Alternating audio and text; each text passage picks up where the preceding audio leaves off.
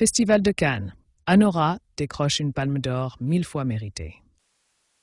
Le génial film de Son Baker était notre préféré de tout le concours. Pour une fois, le jury a été d'accord avec nous. Quelle joie, quel bonheur, quelle hélice! Anora a remporté la Palme d'Or du 67e Festival de Cannes samedi soir et c'était aussi mérité qu'inespéré. Mérité parce que le film de Sean Baker cumule d'innombrables qualités d'écriture, de rythme, de mise en scène, d'interprétation dans un souffle qui ne s'arrête jamais et qui nous a à peu près tous scotchés. Inespéré parce que la concurrence était rude, du moins depuis vendredi matin avec la présentation in extremis des graines du figuier sauvage de l'Iranien Mohammad Rasoulov, qui s'est enfui clandestinement de son pays pour regagner l'Europe, laissant quelques comédiens du film aux mains des mollahs. Dès ses premières projections, cette dénonciation sans faille de la tyrannie iranienne se profilait comme un candidat sérieux pour la Palme d'Or. Un sujet fort et brûlant, aux prises avec les atrocités du monde, un scénario diaboliquement écrit, transformant ce drame familial en faux thriller réellement captivant. Tout était en place pour se retrouver au sommet du palmarès. Mais d'évidence, ce qu'on ne saura jamais, le jury n'a pas voulu d'une palme politique. En primant Anora, il fait aussi un geste vers un cinéma de la maîtrise et de la fluidité.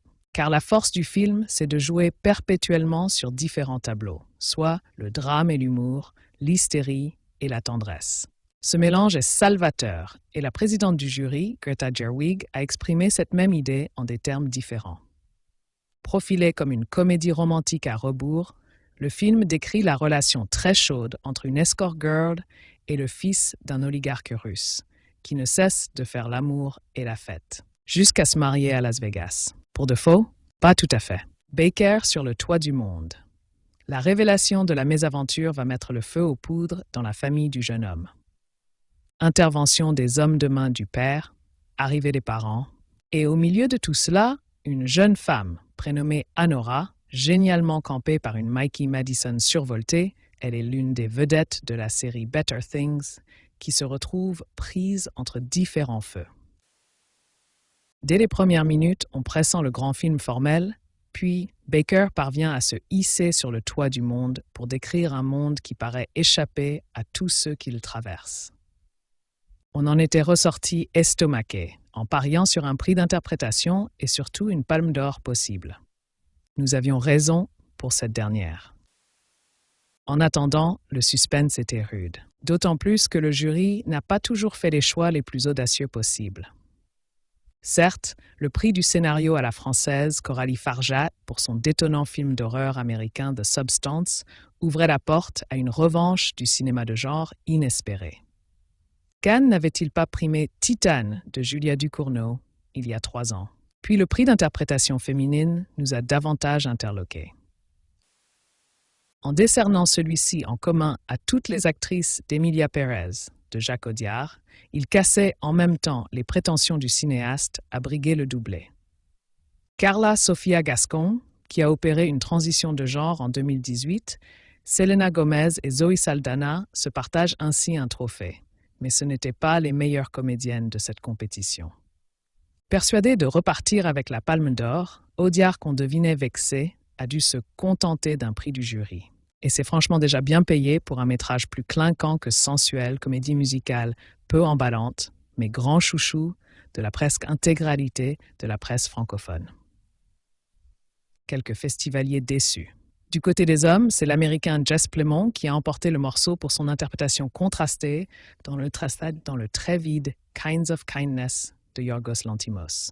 À son crédit, il est aussi ce qu'il y a de mieux dans ce métrage raté, film à sketch, boursouflé, survolé par une Emma Stone peu inspirée. Un prix spécial du jury a été créé exceptionnellement pour distinguer un film en phase avec l'horreur du monde. Lauréat de celui-ci, Mohammad Rasoulov, forcément, mais on sentait bien que le jury, quelque part, avait l'intention de se délester du fardeau que parfois représentent les films trop politiques. Le fait qu'il n'ait pas eu la Palme d'Or a déstabilisé bon nombre de festivaliers. Enfin, le prix de la mise en scène atterrit dans les mains du Portugais Miguel Gomes pour Grand Tour. Et c'est en gros le seul prix auquel il pouvait prétendre. Plus haute dans la hiérarchie du palmarès, la jeune cinéaste indienne Payal Kapadia a remporté le grand prix du jury pour All We Imagine as Light. Son portrait sensible de deux infirmières de Mumbai, prisonnières d'une existence ingrate. Pas le plus transcendant du concours. Cela étant, des prix, il y en eut partout. Retenons celui d'interprétation masculine, décerné à Abu Sangaré, le fabuleux jeune comédien de l'histoire de Suleiman de Boris Login, à un certain regard. On ne pouvait pas concevoir un meilleur choix.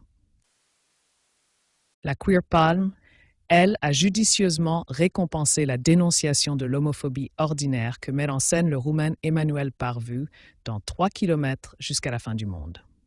Et puis, la Palme d'Og repart dans les pattes de Cody, héros du procès du chien de Laetitia Doche. Entre nous, il y avait mieux.